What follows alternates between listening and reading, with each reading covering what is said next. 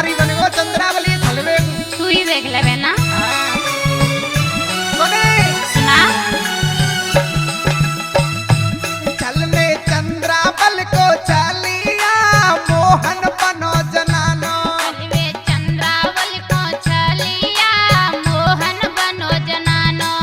ओ मोहन बनो जनानो कैसा मोहन बनो जनानो चल में चंद्रावल को चलिया मोहन बनो जनानो। चलने चंद्रावल को चलिया मोहन बनो जनानो।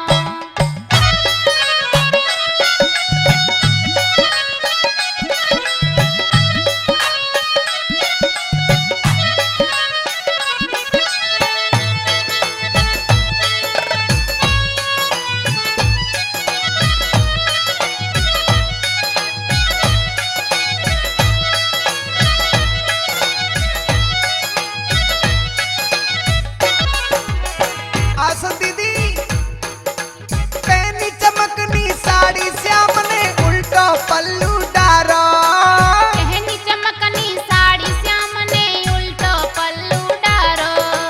पैनी चमकनी साड़ी श्याम ने उल्टो पल्लू डारो पहनी चमकनी साड़ी श्याम ने उल्टो पल्लू डारो। और सुने सुना अरे होटल लिपस्टिक माथे मेहंदी आँखिन कजला सारो हाय पैरों बोंद पयालिया मोहन बनो जनानो चलने चंद्रावल को चलिया मोहन बनो जनानो। चल बे चंद्रावल को चलिया मोहन बनो जनानो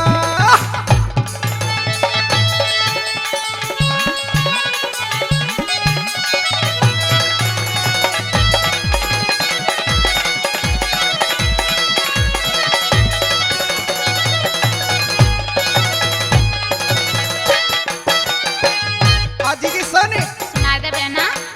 दो हाथन में पैनी चूड़ी लंबो घूंघट मारो दो हाथन में पहनी चूड़ी लम्बो घूंघट मारो।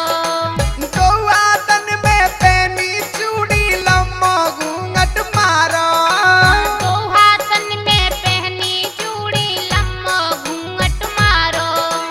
पहले मात जसोदा की डिंग पहुंचो बंसी बारो मैया कहाँ गया पिया समारिया मोहन बनो जनानो चलवे चंद्रावल को चलिया मोहन बनो जनानो। चलने चंद्रावल को चलिया मोहन बनो जनानो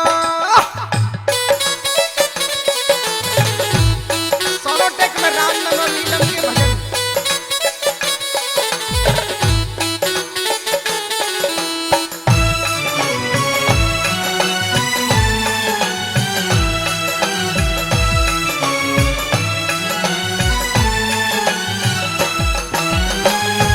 असंदिरी सुना मात यशोदा ना पहचानो चंद्रावल डिंग आए मात यशोदा ना पहचानो चंद्रावल ढिंगयाए। मात यशोदा ना पहचानो तब चंद्रावल डिंग आए मात यशोदा ना पहचानो तब चंद्रावल ढिंगयाए।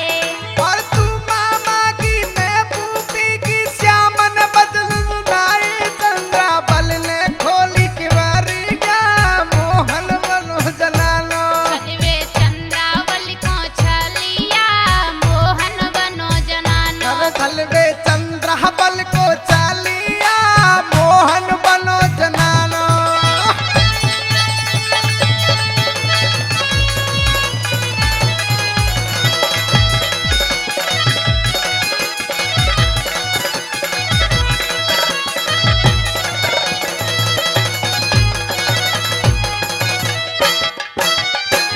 जब चंद्रावली ने नहीं पहचाना किवरिया खोल नहीं तो कह रहे भगवान कि तू मामा की मैं फूफी की हूँ। सुन बेहार क्या हुआ करी करैया चंद्रावल ने भोजन करे बनवारी करे करहिया चंद्रावल और भोजन करे बनवारी।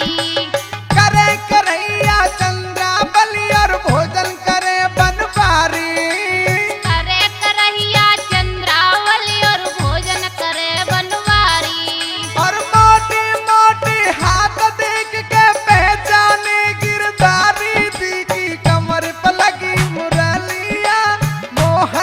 हो जन